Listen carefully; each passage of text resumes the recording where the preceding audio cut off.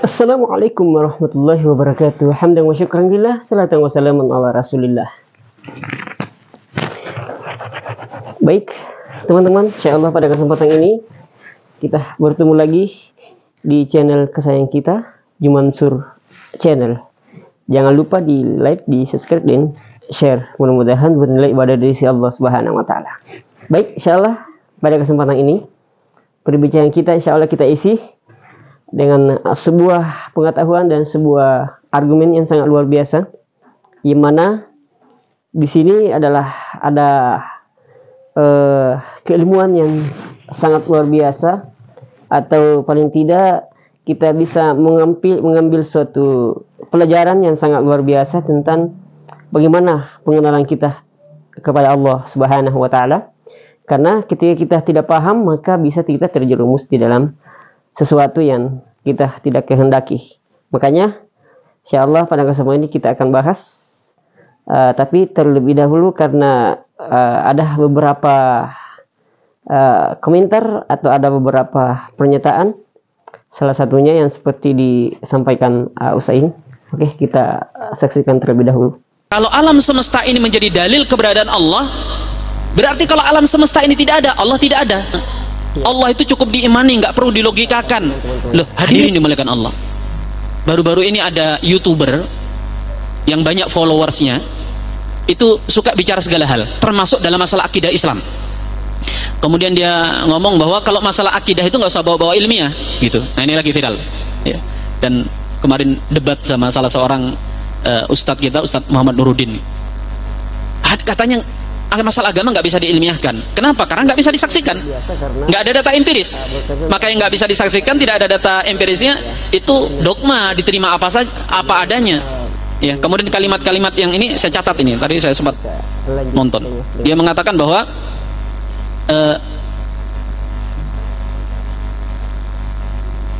kalau semesta ini, kan orang Islam selalu mengatakan begini, Allah memang tidak bisa dilihat, Allah memang tidak bisa diraba, dirasakan, tapi Allah bisa dilihat dari ciptaannya, yaitu alam semesta, ya kan gitu kalau dalil dalam ilmu akidah, Pak. Terus dia ngomong gini, oke, kalau alam semesta ini menjadi dalil keberadaan Allah, berarti kalau alam semesta ini tidak ada, Allah tidak ada. Lihat, cacat logika, Pak. Tapi orang-orang yang nggak ngerti ilmu mantik akan, iya juga ya, alam ada, bukti Allah ada. Alam tidak ada, bukti Allah atau Tuhan tidak ada. Padahal ini cacat logika, hadirin. Siapa yang belajar ilmu mantik akan tahu, Kak, bagaimana cacatnya kalimat ini. Seperti cacat misalnya begini, ada gambar harimau, gambar harimau, ini harimau, kita langsung ngangguk kan, oh ya harimau, karena bukan gambar ayam, bukan gambar dinosaurus, ini harimau. Harimau bisa mengaum, oh iya memang harimau mengaum, bukan berkokok.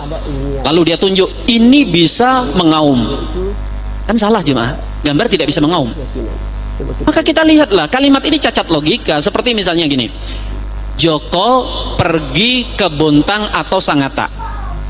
Ini premis minor ya, minornya. Kemudian mayornya, Joko tidak ada di Bontang. Kemudian konklusinya, kesimpulannya, dia simpulkan begini, berarti Joko ada di Sangatta. Benar nggak kesimpulan seperti itu, Pak? Ya fatal lah salahnya kan. Kelihatannya logis, Joko pergi ke Sangatta atau ke Bontang. Si Joko tidak ada di Bontang, berarti di mana? Disimpulkan di Sangatta. Ya nggak bisa begitu. Bisa jadi si Joko mampir di tanah datar, atau dia nggak jadi berangkat kan gitu ya, di Samarinda gitu kan. Ngapain pergi ke sana juga gitu? Lihat hadirin dimuliakan, logika cacat seperti ini dia mainkan tuh. Kemarin di debat itu dia mengatakan begini, sayang mungkin Ustadz Nuruddin karena beliau lagi fokus dengan data-data, nah itu tidak sempat main di ilmu mantik. Dia ngomong gini kan, saya ada, ya kata YouTuber ini, saya ada kan, bukti saya ada gimana, katanya gitu kan. Dikatakan, oh bukti Anda ada, ya kami lihat, bukti Anda terlihat. Terus bagaimana dengan membuktikan keberadaan Allah? Katanya gitu, Anda melihat saya, kemudian menyimpulkan dengan logika, dengan rasio, saya ada, baru itu kemudian ilmiah katanya. Nah, kalau Allah tidak bisa dilihat, lalu bagaimana mengilmiahkan Allah? Hadirin dimuliakan Allah Subhanahu wa Ta'ala, ini betul kata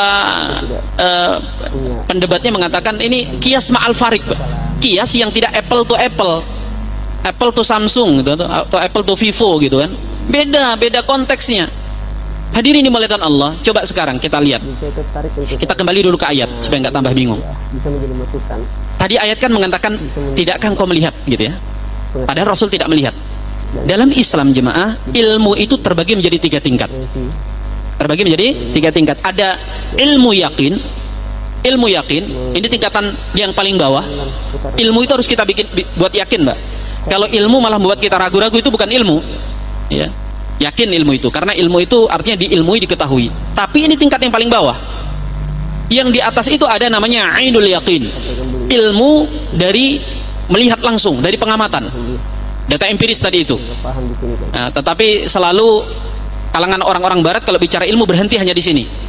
Di atas itu dalam Islam ada namanya hakul yakin. Ilmu yang merupakan hakul yakin. Kalau ilmu yakin itu misalnya begini, Pak, jemaah dimuliakan Allah. Kita diinformasikan, Dek, kamu anaknya siapa? Oh, saya anaknya Pak Fulan gitu. Terus tanya ke orang, itu anaknya siapa? Anaknya Pak Fulan. Maka kita yakin lah. Kita tanya si anak itu anaknya Pak Fulan kan? Ngapain juga dia bohong anaknya orang? Terus ada data kedua, bahkan data ketiga mengatakan benar itu anaknya Pak Fulan. Maka itu ilmu yakin. Tapi tidak sampai ainul yakin, karena kita tidak lihat bapaknya si Fulan tersebut. Betul? Ya. Yang ainul yakin itu misalnya apa? Ini bapak saya. Ditunjuk, oh ini bapaknya. Nah, itu yakin, Mbak, karena ada bapaknya dan bapaknya mengatakan, iya, ini anak saya. Yang hakul yakin di atas itu, hadirin dimuliakan Allah, adalah apa? Adalah kita kumpul sama orang itu, tetangga kita. Ya, kita tandaka sama Ustaz Kayubi gitu kan, sama beliau dari bujangan sampai nikah, sampai punya anak, sampai akekahnya kita hadir. Ya. Kemudian ini anak saya, kita tahu itu tetangga kita. Kenapa? Hakul yakin. Nah, jemaah dimuliakan Allah Subhanahu wa taala, tapi banyak orang kejebak begini. Ilmu hakul yakin itu selalu harus dilihat dulu. Kalau tidak bisa dilihat, nggak bisa hakul yakin. Kita bisa membagikan. Kita nggak mungkin hakul yakin meyakini adanya Allah kalau tidak melihat Allah. Ini cacat logika, jemaah. Nggak semua yang hakul yakin itu lewat penglihatan. Bahkan terkadang hakul yakin yang tidak dilihat lebih meyakinkan daripada yang kita lihat dengan mata kita.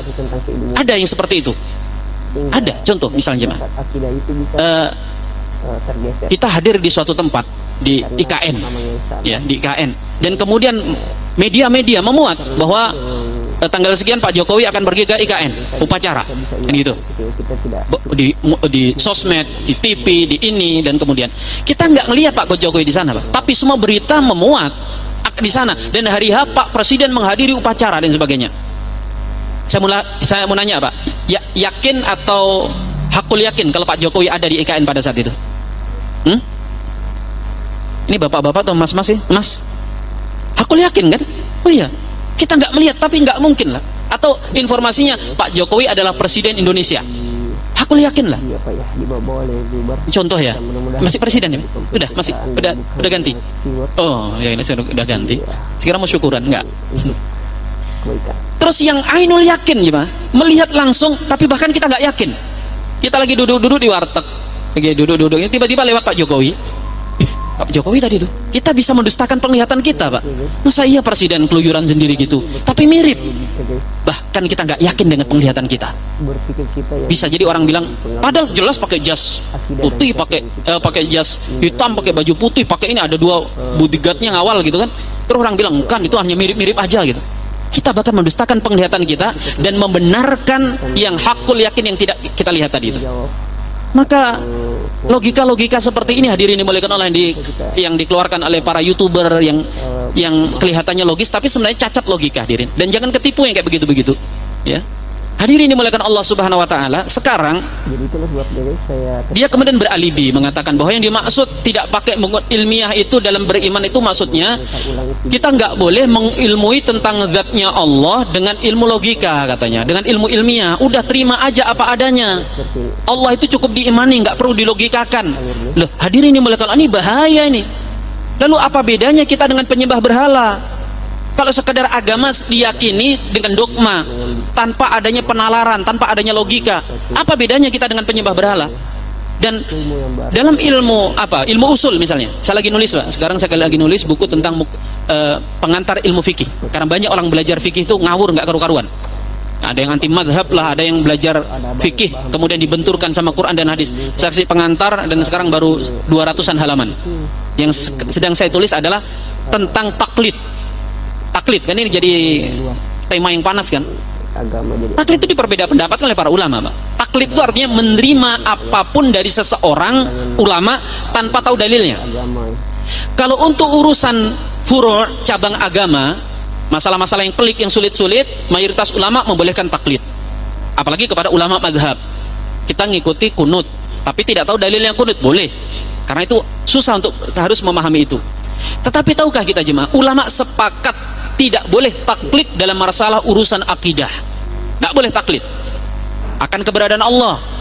Kamu yakin nggak adanya Allah? Yakin. Apa dalilnya? Nggak perlu dalil, yang penting aku yakin aja, kata guruku ada Allah, sudah ada. Nggak boleh jemaah. Mayoritas ulama, bahkan ijma ulama mengatakan masalah-masalah usul akidah harus dibangun di atas dalil, baik dalil nakli maupun dalil akli. Maka nggak boleh kita percaya kepadanya Allah. Karena apa? Karena bapak saya mengatakan Allah ada. Seperti keimanannya musyrikin Mekah, seperti keimanan orang-orang Yahudi atau keimanan orang-orang Nasrani tentang konsep ketuhanan mereka. Udah kata pendeta kita begini, udah begini. Dan ini kan dicela. Makanya kemudian para ulama membawakan dalil-dalil tidak bolehnya taklid dalam masalah usul akidah. Misalnya apa? Afala ta'qilun. Tidakkah kalian berpikir? Tidakkah kalian menggunakan akal kalian? Afala tatafakkarun. Tidakkah kalian mau merenungkan? Bahkan dalam surah Al-A'raf ayat 179 Allah bahkan keras mengatakan orang-orang yang tidak menggunakan akalnya. Lahum qulubun, gimana Ustaz? Lahum qulubun la yafqahuna biha.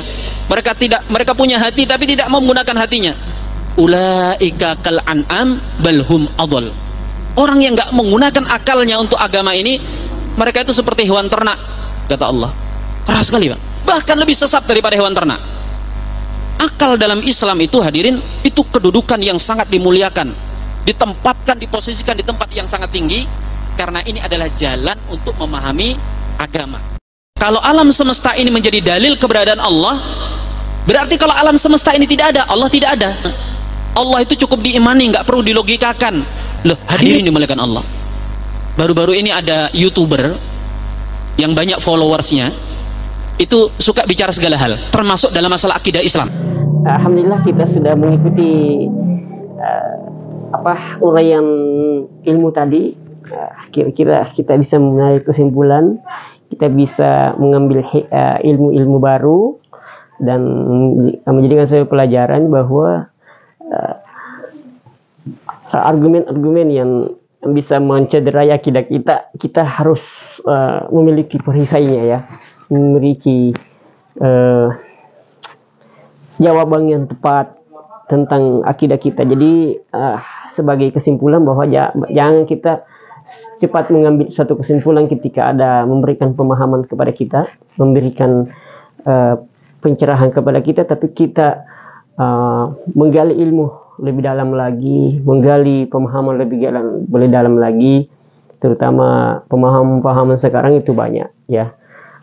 Sepanjang bertentangan dengan Al-Quran dan Sunnah Rasulullah SAW, maka kita harus memfilternya, bahkan kita harus membuang jauh-jauh, menghindarkan diri kita, karena bisa mengakibatkan rusaknya akidah kita. Ketika rusak akidah kita, maka bisa merusak ibadah-ibadah yang kita lakukan. Mudah-mudahan video ini bermanfaat. Sekali lagi jangan lupa di like, subscribe, dan share. Mudah-mudahan bernilai amal jariah di sisi Allah Subhanahu wa Ta'ala. Assalamualaikum warahmatullahi wabarakatuh.